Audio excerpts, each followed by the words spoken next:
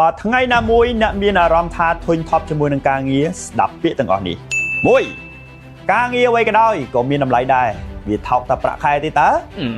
2មានការងារធ្វើប្រឹងធ្វើឲ្យអស់ពីលទ្ធភាពទៅកុំគិតពីប្រាក់ខែព្រោះប្រាក់ខែមានជាអ្នកគិតទេតើ3មនុស្សយើងកើតមកទៅវិញក៏ទៅវាជារឿងធម្មតា